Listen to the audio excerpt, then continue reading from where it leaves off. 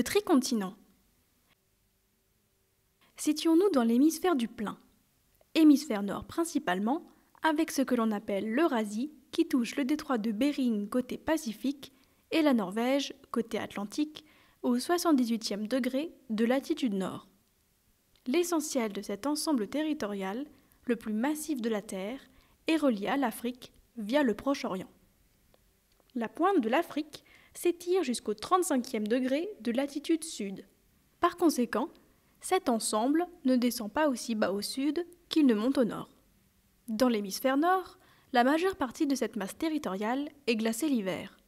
La grande plaine de Sibérie, qui s'étend sur des milliers de kilomètres, est gelée.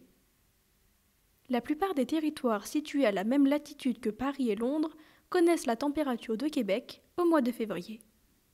En considérant ce grand bloc territorial que l'on va appeler le tricontinent, deux phénomènes sautent aux yeux. Le premier phénomène, c'est une immense bande désertique qui débute au Maroc et qui va jusqu'en Mongolie. Le deuxième phénomène, que l'on repère facilement depuis l'espace, au nord de cette bande désertique, c'est la présence d'une grande chaîne montagneuse qui longe le tricontinent de l'Atlantique au Pacifique. Une chaîne de montagnes. La grande chaîne de montagnes transversale s'étend d'ouest en est sur 18 000 km et c'est presque la même chaîne. On trouve d'autres types de montagnes sur le tricontinent qui s'étendent du nord au sud, mais il s'agit de vieilles montagnes, plus arrondies, plus petites, telles que les Highlands écossaises, le Massif central, les Vosges, l'Afrique orientale ou les Ghats de l'Inde. La grande chaîne du tricontinent est jeune et bien plus élevée. Celle-ci devient de plus en plus imposante à mesure que l'on va d'ouest en est, de l'Atlas marocain jusqu'à l'Himalaya. Les montagnes s'élèvent. Le Djebel Toubkal culmine à 4165 mètres, tandis que le mont Everest s'élève à près de 9 km. Ces chaînes changent de nom.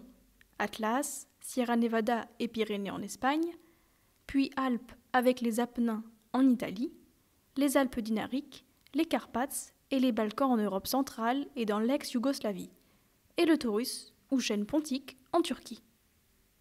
Entre la mer Noire et la mer Caspienne s'élance la chaîne du Caucase, qui ressemble à celle des Pyrénées et culmine avec le mont Elbrouz à 5633 mètres. La grande chaîne se prolonge jusqu'en Iran et en Afghanistan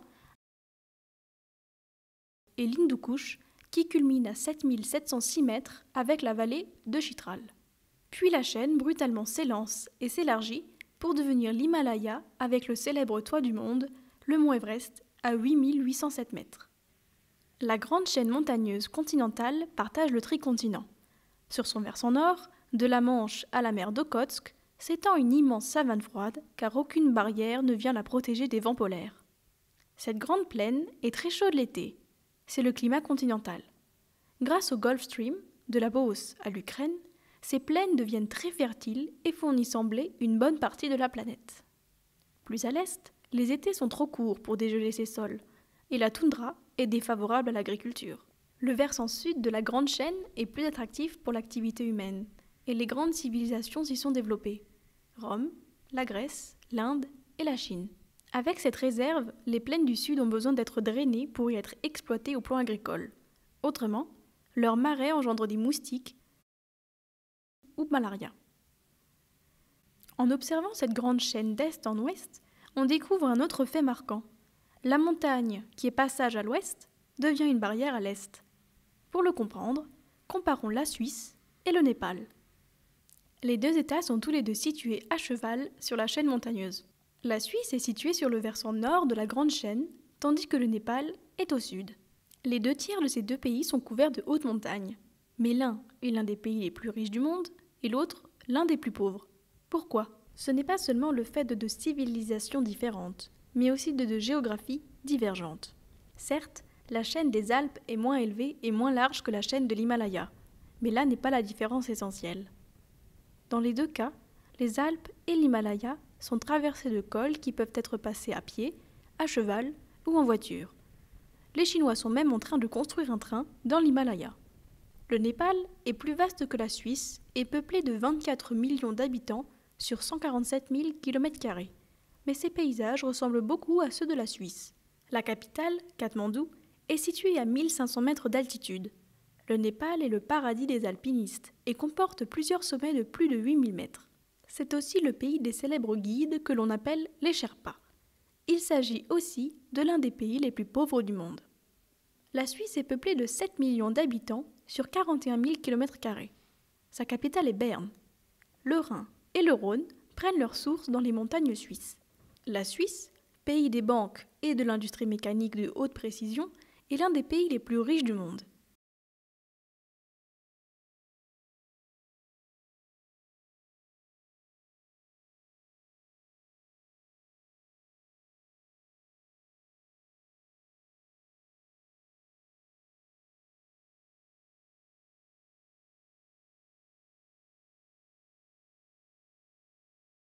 Voilà pourquoi la chaîne de l'Himalaya n'est pas, contrairement aux Alpes et au Caucase, une montagne passage, mais une montagne barrière. Un grand désert transversal. Le deuxième trait géographique majeur qui marque le tricontinent, c'est la grande bande désertique qui se trouve au sud de la grande chaîne. Vue de satellite, on aperçoit une immense écharpe rouge ou jaune portée de travers par la planète. Cette ceinture désertique commence sur les rives de l'Atlantique, au Maroc, pour se terminer dans le Pacifique, en Chine, décalée du sud-ouest au nord-est. Un voyageur pourrait d'ailleurs aller du Maroc en Chine sans jamais quitter ce grand désert et en confondant les mers intérieures qui le trouent.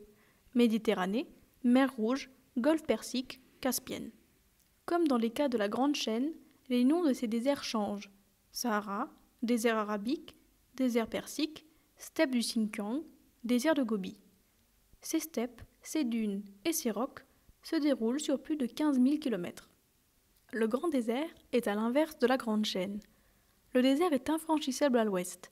Le Sahara est le plus vaste et le plus torride, tandis que le Gobi est moins aride et plus accueillant pour l'homme.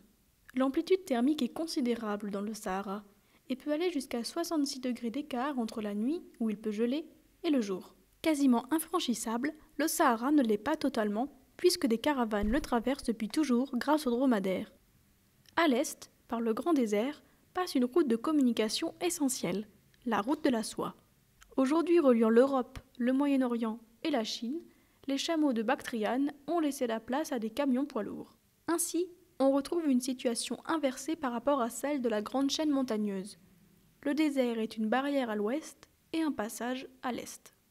Cet aspect de barrière isole un pays comme l'Algérie, mais aussi les autres pays de l'Afrique du Nord totalement de l'Afrique noire.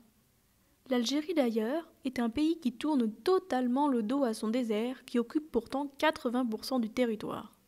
Les Algériens habitent sur les côtes ou dans les montagnes de Kabylie. C'est le hasard de la décolonisation qui attribua à l'Algérie cette immense portion de Sahara avec son pétrole et son gaz. Si l'Algérie était plus accueillante aux touristes, elle pourrait amasser des fortunes en tirant profit des paysages du Sahara qui comptent parmi les plus spectaculaires de la Terre.